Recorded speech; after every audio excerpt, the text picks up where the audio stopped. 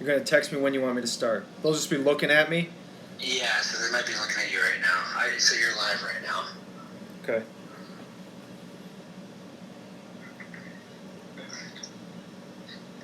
Hey, Billy, you there? Yeah. Alright. Yeah, I'm pretty sure, yeah, you're live. Alright, go ahead. Thanks. Ready to go?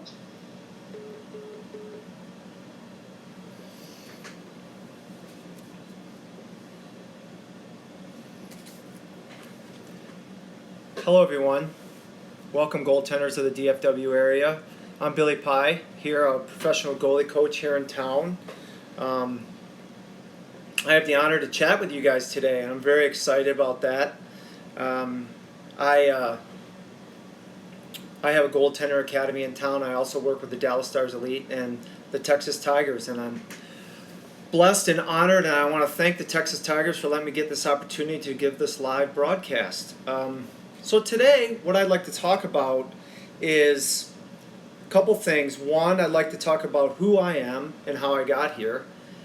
I also would like to tell you a little bit about my goaltender academy and my vision and how I brought that into the Dallas area for goalies. And then lastly, I'd like to talk about the philosophy of becoming a good goaltender.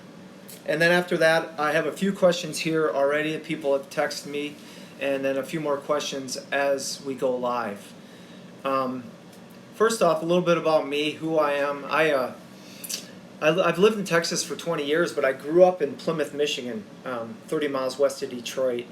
And as a kid, my dad was a baseball player and never really played much hockey. Played a little bit for fun, but his dad, his best friend, was a hockey player. And at 6 years old, he had a son my age, and that's how I got involved in hockey.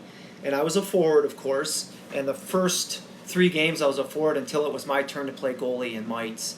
And it was kind of interesting. The coach played me, and I must have did pretty well. My dad said I did good. I can't remember if I got a shutout or he played me the next game. And it just stuck. The position stuck with me. So as a mite, at 6 years old, I was a goalie, which, we'll get into later if that's right or wrong.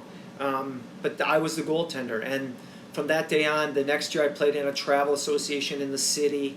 And then from that after that in squirts, I was a AAA player in Michigan, playing mostly for the CompuWare organization as I grew up. So at 15, I was a 15-year-old playing on a 15, 16-year-old team, and we won the national championship at midgets. And from that propelled me to play junior hockey at 16, and I was lucky enough to play junior in my hometown, which in Detroit, in the North America Junior League. So at 16, I was playing junior, which, there wasn't too many 16-year-olds in the league. So I was fortunate enough to do that. And also at 16, I was able to make the U.S. national team at 16 and 17. At that time, we didn't play year-round there. We would just go to tournaments. So at 16 and 17, I was on the U.S. national team, and that was exciting, playing for your own country. It was a great experience to do that at a young age, which led me into my senior year of playing my second year junior, which got me a scholarship into Northern Michigan. From there, in college hockey, it was just, what an experience, the best time of my life. I loved college hockey. I was, that first year as a freshman, just coming in and being with all those older guys. I was just such a young kid, a true freshman coming in. Got to play a little bit my freshman year under a senior goalie, and then I took over and played all the time. And my senior year, our team won the national championship in a thriller, beating Boston University in triple overtime. And that year I was an All-American, which got me drafted by the Buffalo Sabres. And after college, I went on and signed with Buffalo, and I was in their organization. And it was, I expected a lot. I thought I was going to be an NHLer, and I went in their organization, and I was pretty much played in the minor leagues for 3 years in their organization. I got called up 3 times and backed up 5 games, played a couple exhibition games, and what an experience that was being up for that time. But it was just fortunate. I look back and I have some disappointments on not playing at that level, but I learn from that and teach my kids of some of the experiences that I had with that. Then I went on to play another 7 years of minors, so I played till I was about 30 years old, which brought me to Texas and brought me with the Texas Brahmas here, and I was playing minor league hockey here. And I had a friend here that was running a rink, and I jumped right into coaching. It was beautiful. And I just started doing lessons. They had a need for goaltender coach down here, and I just jumped right into it. And it led me to a travel organization with Coach Carson Cable, who was running the Ice Jets at the time, and we he was with the Ice Jets, and it just led me on to an academy that he did there, a travel organization, and I was blessed to have that opportunity. And as I went through the coaching ranks with them, I took a couple junior jobs. I worked with a couple junior teams here in town and one in Wichita Falls, so I got some junior experience, and I enjoyed that at the time. Did a little bit of college experience with my old alma mater, Northern Michigan. I got to do a little bit of that. So, but youth hockey is my passion, youth with my kids and developing from the beginning. So that led me to a vision of what I wanted to talk about second, my vision of training goaltenders. And that was at more of getting more consistency of training, which led me to run an academy. I partnered up with Coach Carson and Coach Michael Young, who coaches with the Dallas Stars Elite also, and it brought us into doing an academy to train these kids 9 months out of the year.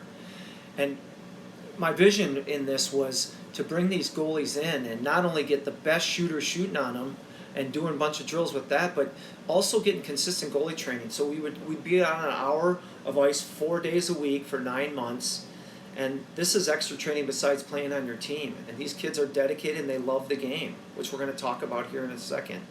And but the repetition of being on the ice 4 days a week, of being able to consistently training and working on something we want to work on all the time. We can continuously work on one thing if we want to for 2 or 3 weeks.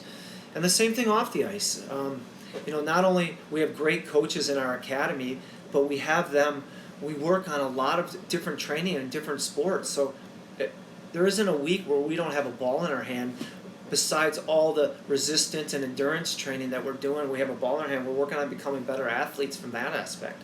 Going outside and playing football and basketball. We do tennis. Our goaltenders will do tennis, ping pong table there. Just things to become a better athlete. And that's my experience of growing up and doing that. Which leads me to my next thing is just the philosophy of becoming a good goaltender. And again, this is my experience and this is my philosophy on this, and people could share other things. But one, I think, is you got to love what you do. You got to love goaltending. This has got to be a passion for you. And when I say that, I mean when you're on the ice, practice doesn't seem like work. It seems like fun. It seems like I want to be out there. I want to compete. I want to jab that other guy for not scoring on me. I don't want to get scored on. And that, for me, it's tough to find sometimes with these kids. I see it. They're out there and they just don't want to put in the work, and you just wonder how much they enjoy the game. And that's you gotta love what you do, and part of that is being good at what you do. If you're not good at this, I really believe, right, that you're not going to want to become a goalie, because it's not a fun position if you're not good at this. And to be good, you have to pay the price and do these kind of things that I'm talking about. So one, I think you need to really, really love the game. I look at Marty Turco, who you're going to see next week on Sunday, and I watch him practice and watch him play games, and you could tell he loved the position. When he was on the ice, he was competing. He was having fun. He was shooting pucks. He was yapping at his teammates in a positive way, encouraging them to try to score on them. That's what it's about. I envy the guys. I love the guys back in the day of Marty Brodeur and Mike Vernon. Those guys had smiles on their face when they played. If they made a mistake, they didn't let it bother them. They loved to play the game. And that's the number one thing I think you got to do as a player. You got to look at yourself in the mirror and say you really love what you're doing. Secondly, I think you have to become an athlete.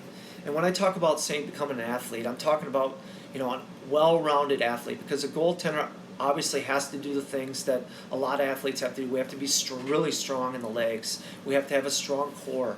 But the athlete I'm really talking about, and I really preach with my academy kids, is you have from the hand-eye coordination standpoint of becoming a better athlete, like other sports. You listen, some of the best that have played this position, they've played other sports. My experience was baseball. I played organized baseball till the 9th grade, and just that and being outside with my buddy who was a baseball player and playing catch all the time, that's where I became the athlete that I became. I had a ping pong table downstairs. I never got organized with it, but I loved the competition and I loved the hand-eye coordination, and that was something I was good at. And when I was good at it, I wanted to do it. And same thing with tennis. I think that's a great sport for athletes. So, a well-rounded athlete. Doing my academy and doing these Zoom things, I encourage my kids every day to go out and get a ball and keep working on your athletic ability. At this time during this pandemic, man, this is the time where you can become a better athlete, right? You don't need to be on the ice to do that. You can become a better athlete with doing stuff like that. So, secondly, was an athlete that of becoming a good goaltender. And thirdly, is you have to be a good skater.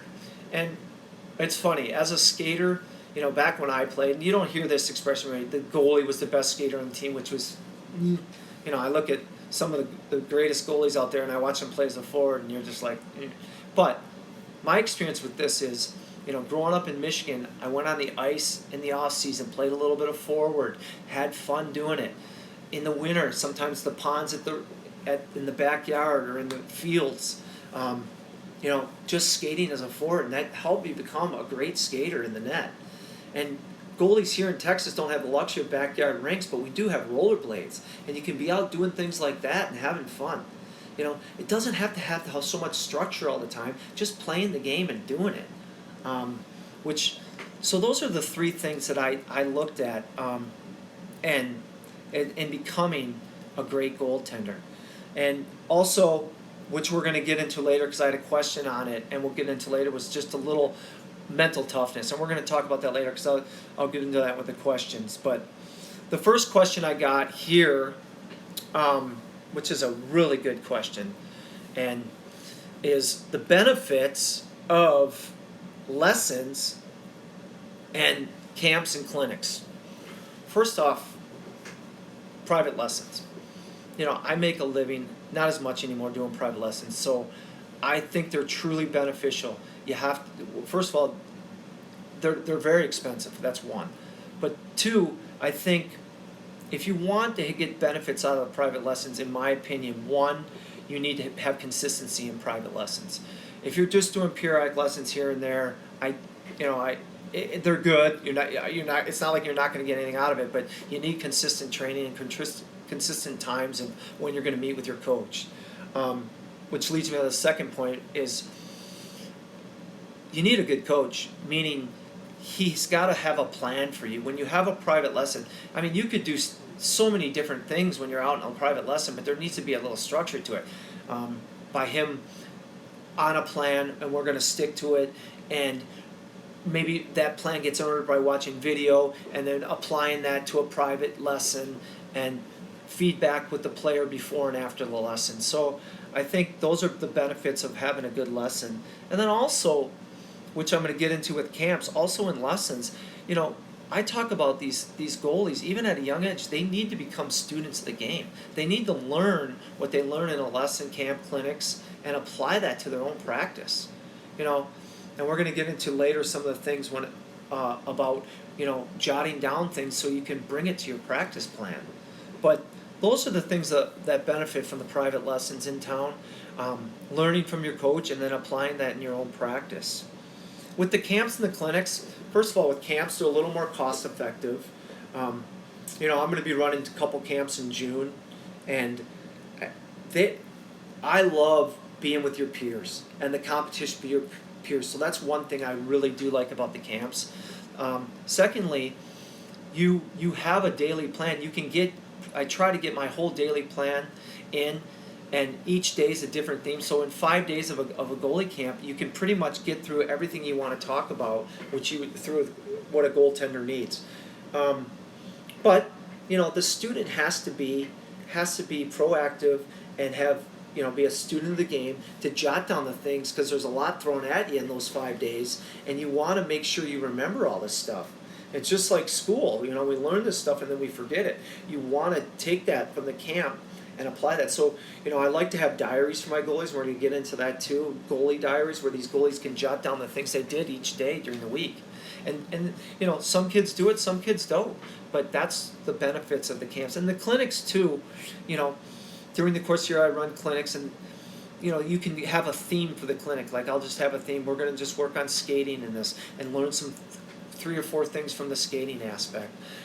One time I'll do a clinic on just reverse VH or behind the net situations, and you'll get something out of the theme of that. But those are the things, that a little bit of the difference between the lessons, the prep. They're all good, but there's some things more cost effective for the camps and the clinics.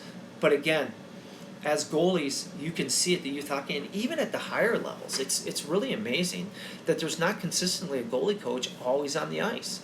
So that's where these kids, my students, have to learn to be disciplined, to learn everything on the ice from the lessons, camps, academy, and bring that to their own game. And so those are some of my philosophies on becoming a good goaltender. The second question I had was, how do I get mentally tougher? Man, that's a great question. I mean, you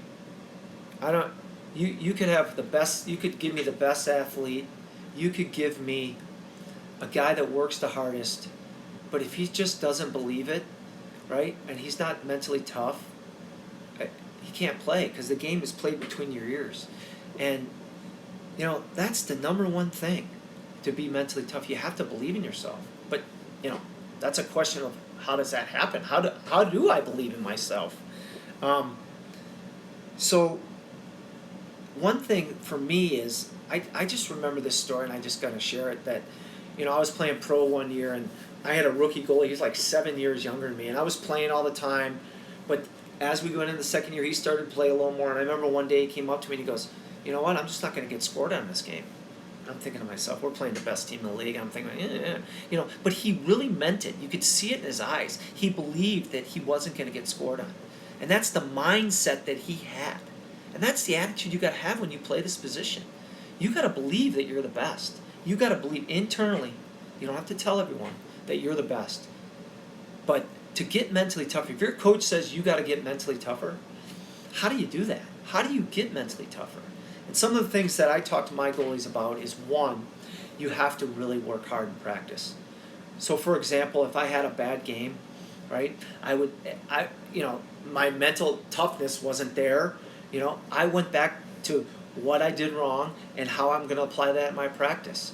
And I was going to work hard at not getting scored on in those games. That's how you get mentally tougher, is working hard, and that reinforces that positive thoughts that would go in your head, not a negative thought of me working hard and I know it, and applying that into the game.